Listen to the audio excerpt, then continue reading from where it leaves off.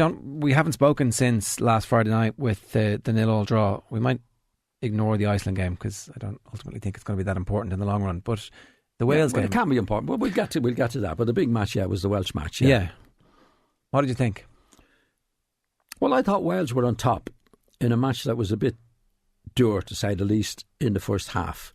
And definitely the turning point was the sending off, and unfortunately for Seamus Coleman, finished up with a broken leg in what was a very, very bad tackle.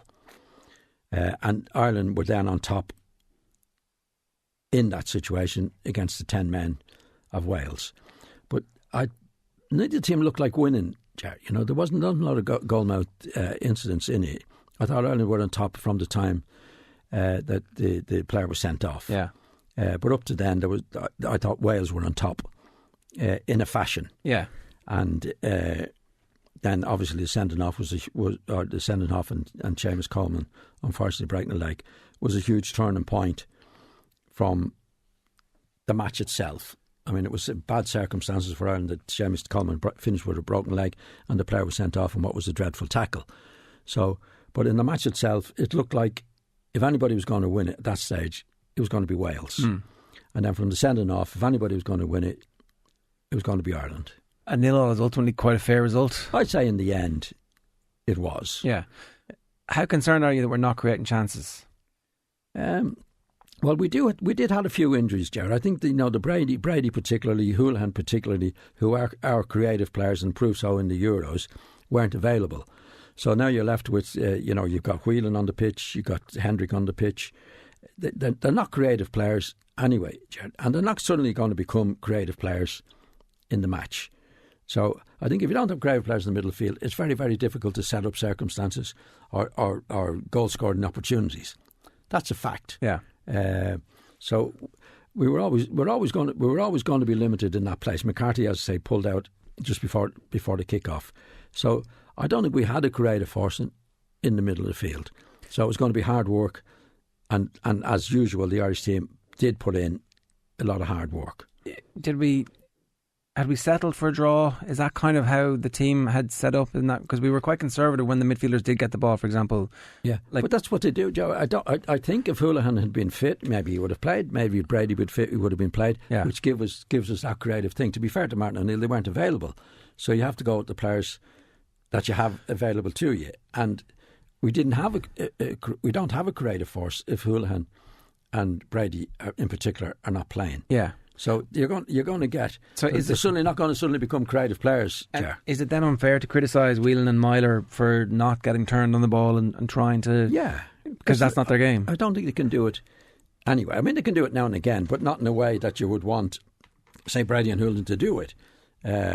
So, like we a lot of teams have that problem, but that's a problem with the Irish team. I mean, what the Irish have team is whoever plays is going to give you 100% effort. And I think at the back we didn't actually suffer too much with the injuries because it was John O'Shea came into the team and Keogh came into two, which to be quite honest, if I was picking the back two, I'd pick them anyway. Right. Ward at left back, good. Seamus Coleman, as we know. So there was nothing more you could do about that. But Wales had a bit more creative players anyway. Yeah. They had Bale, who didn't do an awful lot, but he was capable of doing it. I thought Shane Long did very, very well for the Irish team. Walters again worked hard. McLean worked hard. They all worked hard, and they always give it whatever they've got. Yeah, it just wasn't good enough. I mean, second half obviously we had the Coleman injury. I think at half time, and it's only my take on it from my experience as a player. I think when they win at half time, I think Coleman, the Welsh manager, said we're being bullied here. And we've got to get stuck into these lads. Because the two incidents were uncharacteristic of Bale doing what he did, and I think of the Welsh player doing what he did. Yeah. That was their way of getting stuck in. And unfortunately it led. That's only I don't know what happened in the dressing room at half-time, but that's what I think of. Because there was a couple of elbows in the first half. There was, the Irish team were more aggressive. And I know from playing myself that the manager come in, what's going on here? These guys are bullying you. You've got to get stuck in. You've got to get into these a lot more than you did. And I think it probably led to the tackles that we saw. Did you find that players who weren't normally aggressive were actually the ones most liable to exactly have the bad and they're tackles. not able to do it.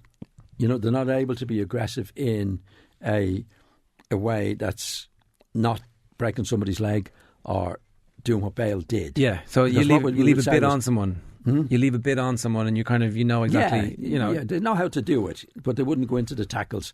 And I've seen it before myself. There's some lads who don't really know how to do it, end up doing really serious stuff. Yeah. Now I'm only telling you my opinion of what might have happened in the dressing room, and I don't blame Chris Coleman for it, because he would say, "Look, you've got to be aggressive, lads, but lads take that up in a different way. Like the lads who are normally aggressive can do it without doing what Bale and was it Davis did." Yeah. But again, I wasn't in the dressing room. But that I've seen that happen before in my own career.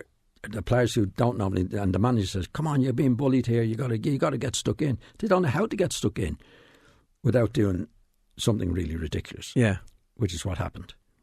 And just the way that Ireland were doing their little bits in the first half, it was kind of, it wasn't perfect either. Like Whelan could easily have been sent off for the elbow on Joe Allen if the referee had seen it. Yeah, that was an aggression. McLean got stuck in it, which he does anyway. Yeah, but he knows how to do it in a certain way. And the elbow was an elbow by Whelan, but it wasn't a leg breaker. You know what I mean? They didn't go into silly tackles that happened and are uncharacteristic of Bale or Davis to do what they did. Yeah, there's a scale. There's like that's a potential red card. Lads who are hard lads who really get stuck in and do it, they get the tackles in and do it. Like Roy Keane in his day was like that. But most of the tackles he went into were hard and were not particularly dangerous. With the exception of one obvious one on Alfie Halland. Well, the rest of them were... Well, there was a bit of history in that, as we know. But generally speaking, the lads who are tacklers and get stuck in... They're good at it. They're good at it, yeah. Yeah, so you can let somebody know that they've been tackled without it actually doing a lot of long-term damage. Yeah, just a little bit of damage. Yeah, a little bit of damage. Yeah.